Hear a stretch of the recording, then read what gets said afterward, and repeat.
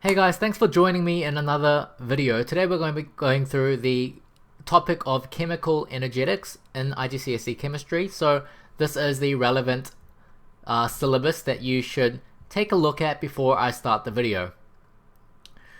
So the main idea behind this topic is the difference between exothermic and endothermic reactions. Exothermic reactions are reactions that release heat.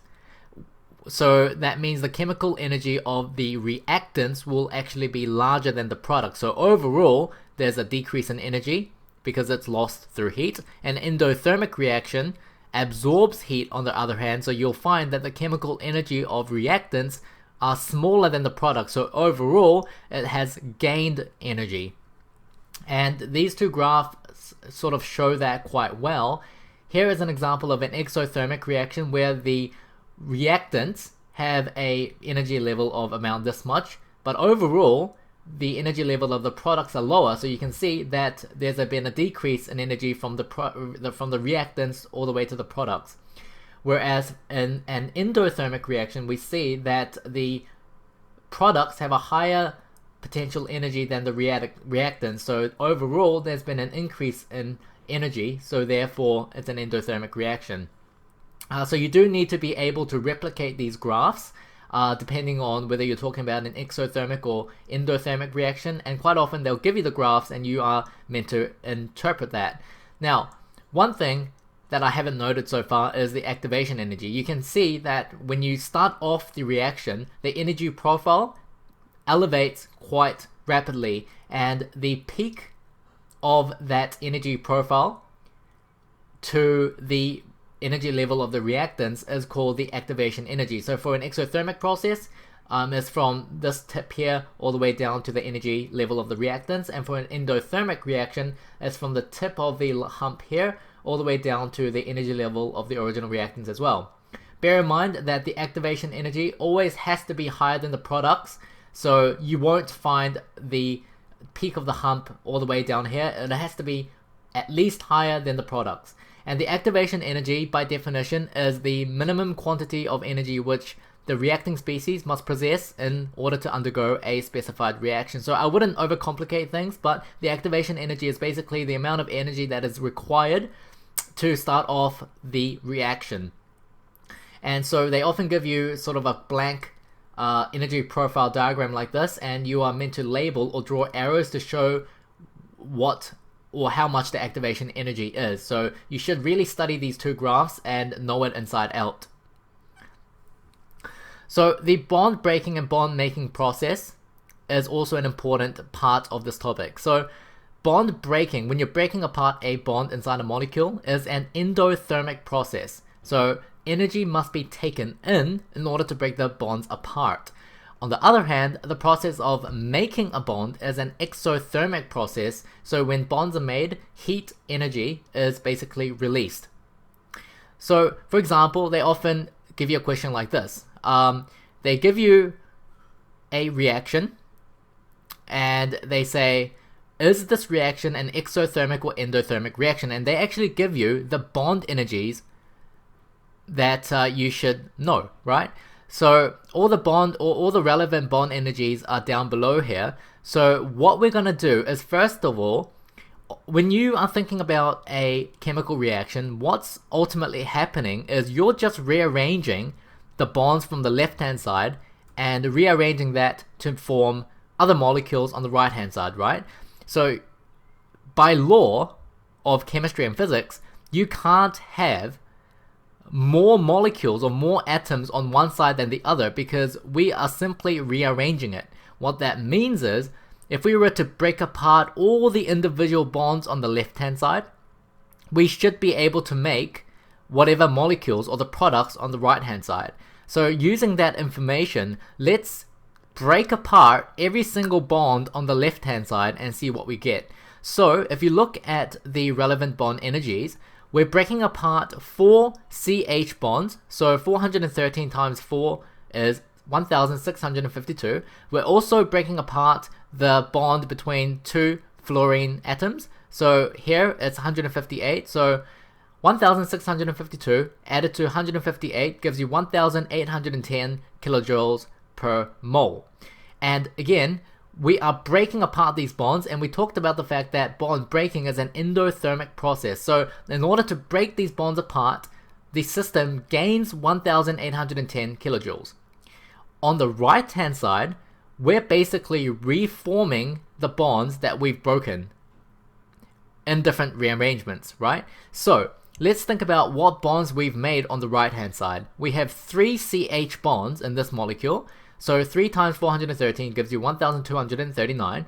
We have 1 CF bond in this molecule, and it's got 495 kilojoules of energy per mole.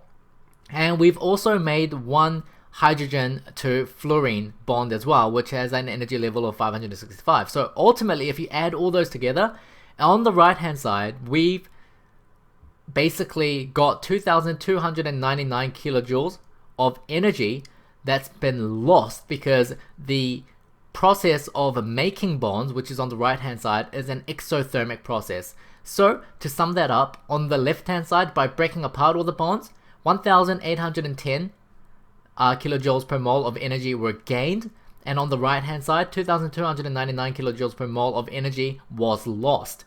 So what we now have is that ultimately, if we were to look at it, we've lost more than we've gained. So it's a loss of 489 denoted by negative 489 kilojoules per mole of energy. Therefore, overall, because we've lost energy, it's an exothermic reaction. If we were to have gained more energy than we had lost, which would have been a positive number, then that would have been an endothermic reaction. So I hope that all makes sense. So, hydrogen can be used as fuel, right? So the combustion of hydrogen is a highly exothermic process. It is quite commonly used as a rocket fuel or in experimental vehicles and fuel cells. So the advantages of using hydrogen as fuel is that they are very energy rich and you don't get any pollutants that are forming from it.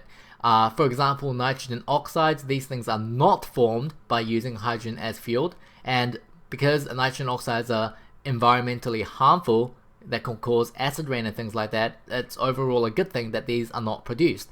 Disadvantages would be that they are expensive to produce and quite difficult and again expensive to store. So let's take a look at the details of how hydrogen fuel cells work. So much like electrolysis, you have an anode and a cathode. Anode being the positive and cathode being the negative electrode, and reactants are supplied to each electrode. So we've got the anode here on the left hand side and we've got the cathode on the right hand side. On the left hand side towards the anode, basically the fuel, which contains hydrogen, is supplied to the anode, whereas on the right hand side towards the cathode end, the air, which contains oxygen, is supplied there. So at the anode, what happens is the hydrogen molecules inside the fuel basically lose electrons and form ions in the electrolyte. And so you have this sort of chemical equation going on, hydrogen becoming 2 hydrogen ions along with electrons that have been lost.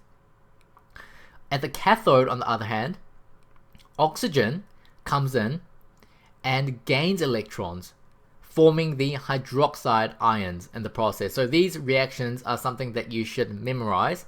And so what then happens is in the electrolytes, you've got the hydrogen ions and the hydroxide ions that react to form water.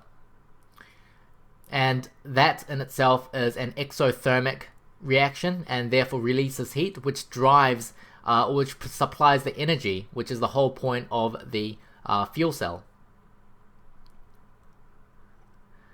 So one last point about this topic is regarding radioisotopes and how they can be used as a source of energy. So by definition, radioisotopes are isotopes, which of course are atoms that have the same proton number but different neutron number, that have an unstable atomic nucleus.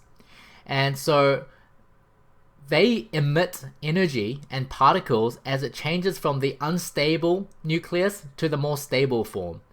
And over 13% of the world's electricity is actually generated from uranium in nuclear reactors. And nuclear energy derived from this way actually has a fairly long-term nature and therefore sustainable. So uranium-238 are heavier and more stable compared to uranium-235, which is the radioisotope, which is rather unstable. So as uranium-235 basically stabilizes, it emits energy, and that energy can be used as a source of energy. So that's it for today's video, guys. I have been making exclusive past paper tutorials on Patreon, so if you're interested, please check it out and join me. I think it'll be really great help for you. Otherwise, visit freeexamacademy.com, where I write down all my sort of notes for IGCSE chemistry and things like that. So there are some pretty comprehensive notes there that you will find useful. Otherwise, please like, share, and subscribe for extra content in the future, and I will see you in the next video. Cheers.